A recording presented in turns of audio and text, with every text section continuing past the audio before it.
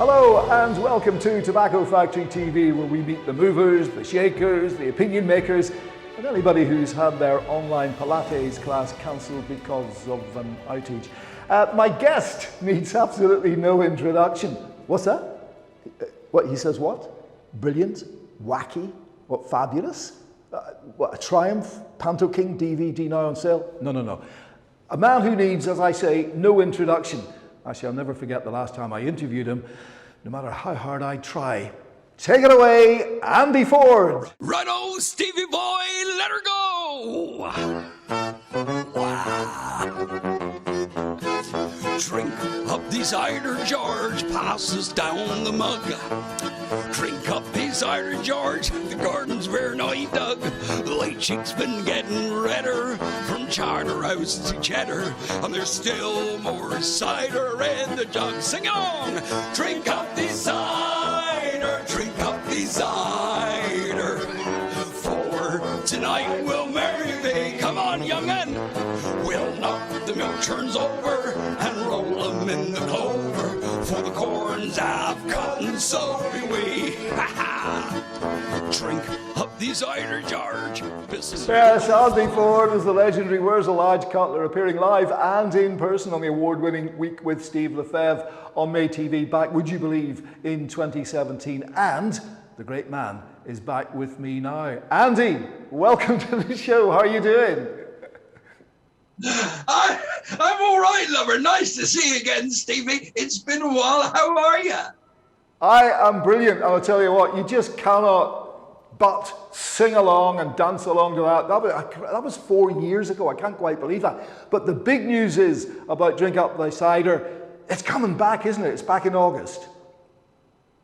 Can you believe it? Yes, it's back in August at the same venue, the Redgrave Theatre in Bristol. I'm so excited. It's been revamped as well. There are some new songs. How will that work, I hear you say? Well, I've had the opportunity to write a few songs myself to fill in the gaps of Adge's life. So obviously all his wonderful songs are in the show, but I've written songs about, you know, how he got the name of the band together, the tragic night we lost him, a song thanking Adge for everything he did for us. So there are some songs in there that are brand new to this year's production to help tell the story more completely as a comedy musical.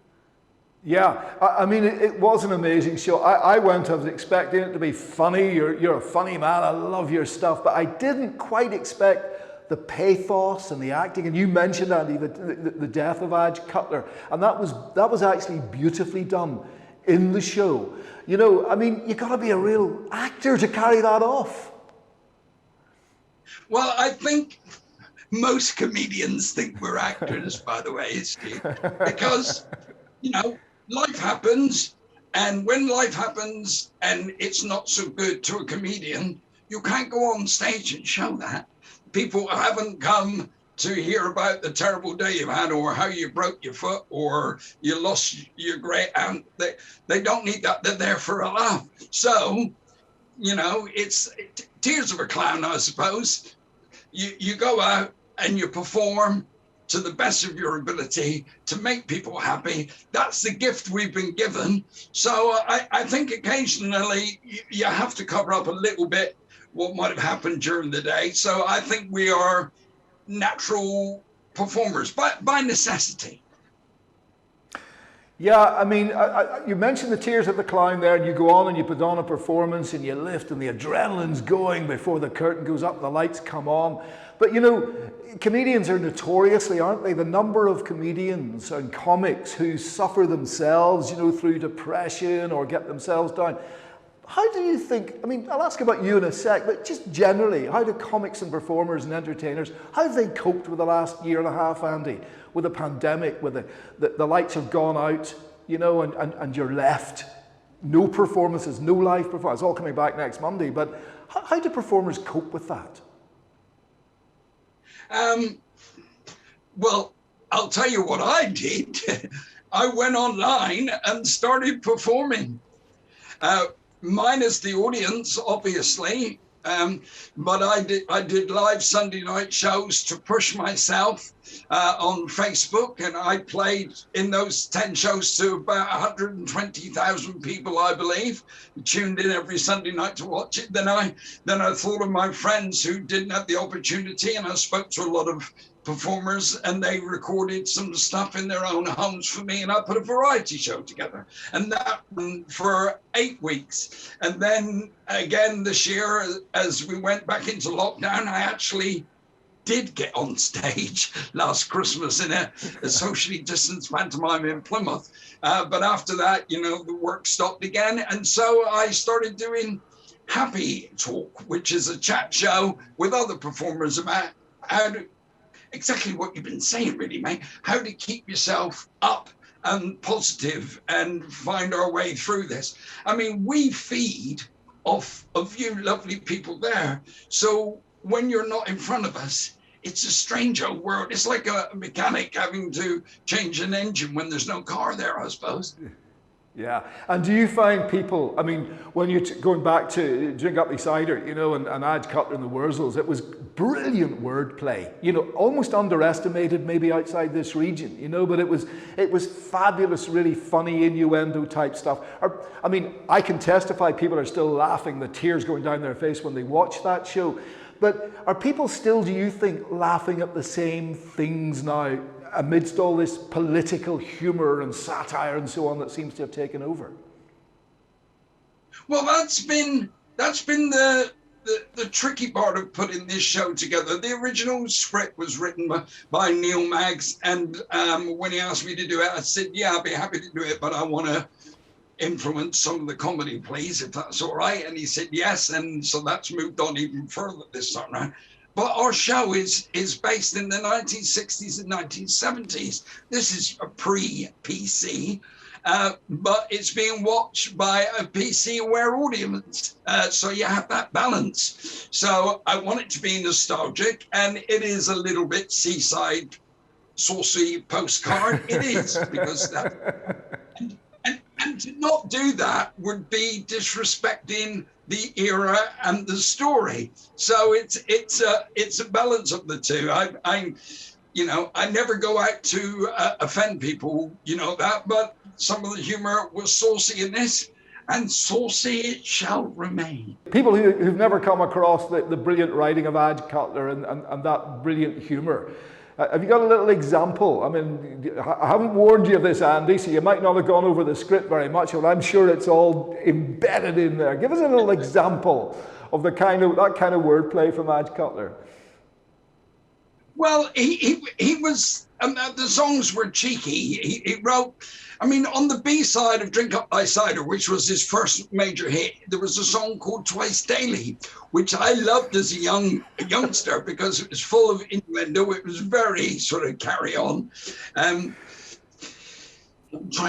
try and give you a verse for it. When I were a lad, I were so glad to go out in the daytime with me fork and a bottle and a cork to help out in the daytime. While tossing hay upon the mount, I met young Lucy Bailey. I said, my dear, you often hear? She said, yes, sir, twice daily. Well, we had such fun in the summer sun.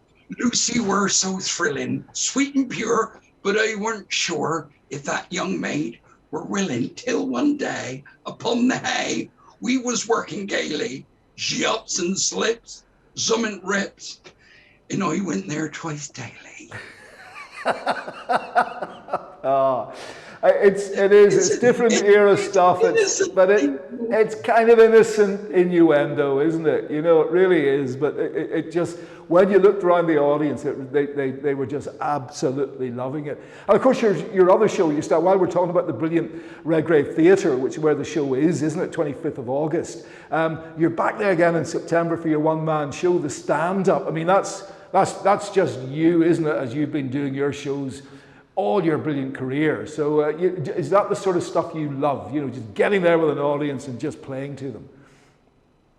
I love it all. We're doing Drink Up Thy Cider till the 25th to the 29th of August. And then I'm back on the 8th of September with my Older, Wiser, Dafter show, which is comedy that I've put around my personal aging process.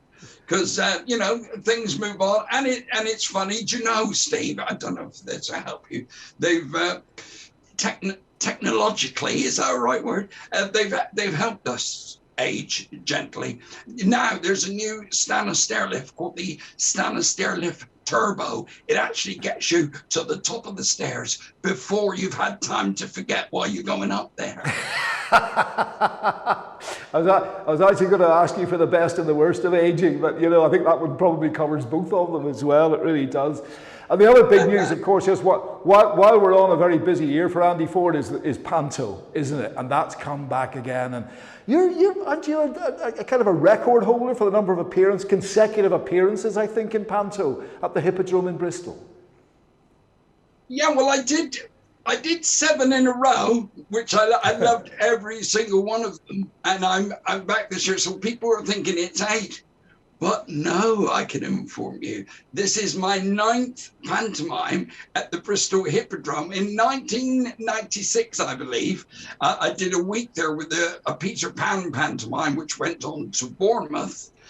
So I did a week there, and then when I came back, I did 7 in a row. So coming back now, my 9th time treading the boards in Panto, which I do believe is a record for the Bristol Hippodrome, and it's my home from home, and I love it, and I can't wait to get back. Yeah, and this is Snow White, isn't it, with Leslie Joseph, and I see it's Robbie Rinder now. He wasn't, when he was Judge Rinder, he was Rob, but now it's Robbie. Now we're getting into the light entertainment end of things. Well, who knows? There may be other nicknames for him, but I haven't met him yet. I look forward to it very much. He's just the loveliest of guys. And Leslie Joseph, wow, another British comedy icon to work with on stage. I'm a lucky boy, Stephen. Yeah. What is it like? I've often wondered, when somebody like Rob Rinder, maybe who isn't so, soaked up in the Panto performance, when they come in for the first time, into rehearsals, and you guys all know what you're doing, how awkward is that for somebody coming into a big show like that? And how quickly do they kind of find their feet, and just become part of the team? Well, Panto is a strange genre if you've never done it before, because it's fantasy land and it's silly land and it's showbiz land. So if you're not steeped in it, it can be a bit of a learning curve. But my job is to make people feel comfortable and happy. Like when I worked with the wonderful David Hasselhoff, for example, I knew obviously what he'd done in his career and how famous he was. But I also knew that he wasn't a comedian per se. And so we had to do comedy together. So I came up with an idea. I wrote a funny version of Wind Beneath My Wings, a Bette Midler song. And because David was big and loud, he played Captain Hook, I was Smee. We did a little bit, scene where I was his psychotherapist and he answered questions about losing his hand to the crocodile, etc.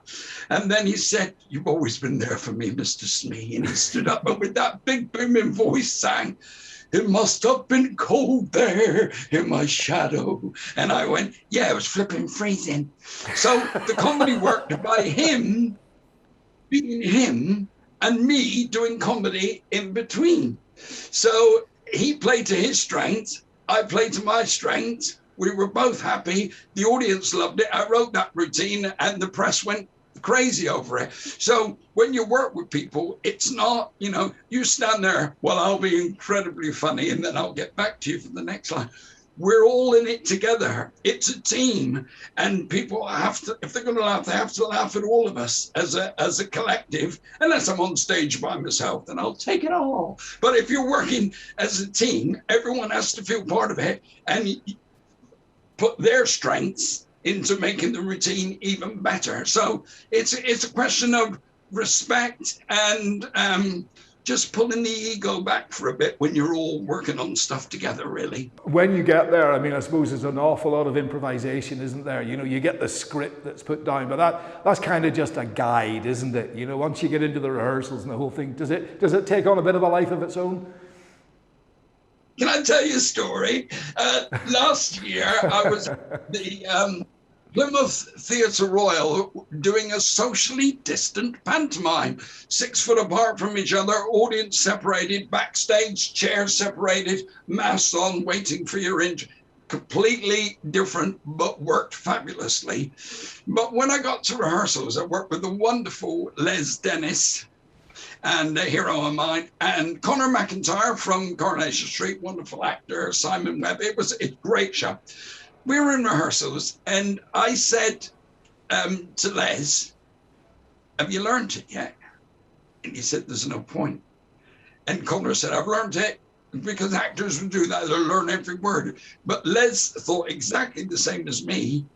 It's going to change in rehearsal. So there's no point in me learning it one way, because when we get to rehearsal, I say, "What if I say that line? Brilliant, we've got to do that." Script has to change. So comedians go in with a different outlook on what the final product's going to be. So I tend not to, for Drink Up Thy Cider, I'm having to, try and learn the script because it's not all gags. So I want to try and learn that. And there's a lot of people on stage together, so I don't want to be going off at too many angles. But Panto sort of allows that, really. It's an incredibly brilliant year for you, despite everything that's been going on.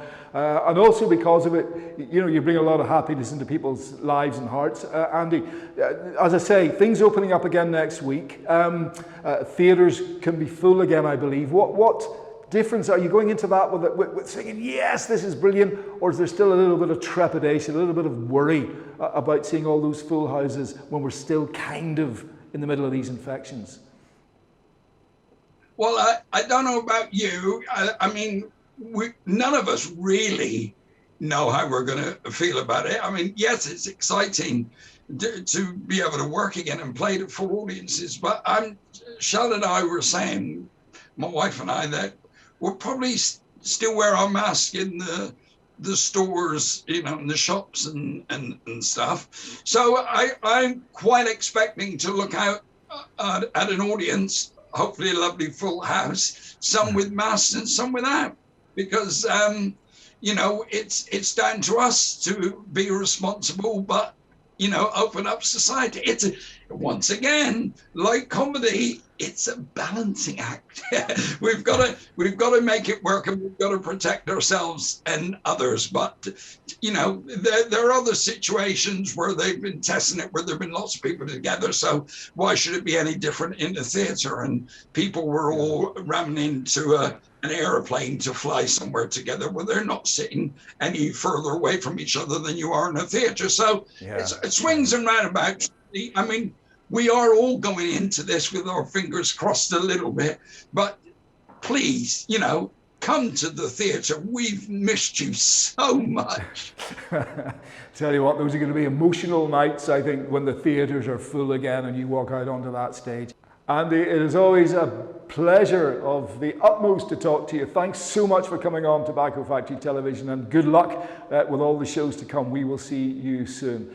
I don't use that word legend very often, but he's just the funniest of men and the nicest guy off stage as he is on it. Don't forget those shows coming up, of course, at the Red Grey Theatre, 25th to the 29th of August. That's Drink Up Thy Cider, the story of Adge, Cutler and the Wurzels. Then the 8th of September for the older, wiser, dafter stand-up. And then all through December into January, you've got the big panto, Snow White and the Seven Dwarfs, with Andy Ford, of course, and Leslie Joseph. That is it from us. Thanks again to my special guest. We'll be back with another very, very soon. From all of us here, and we'll see you very, very soon. Bye-bye for now.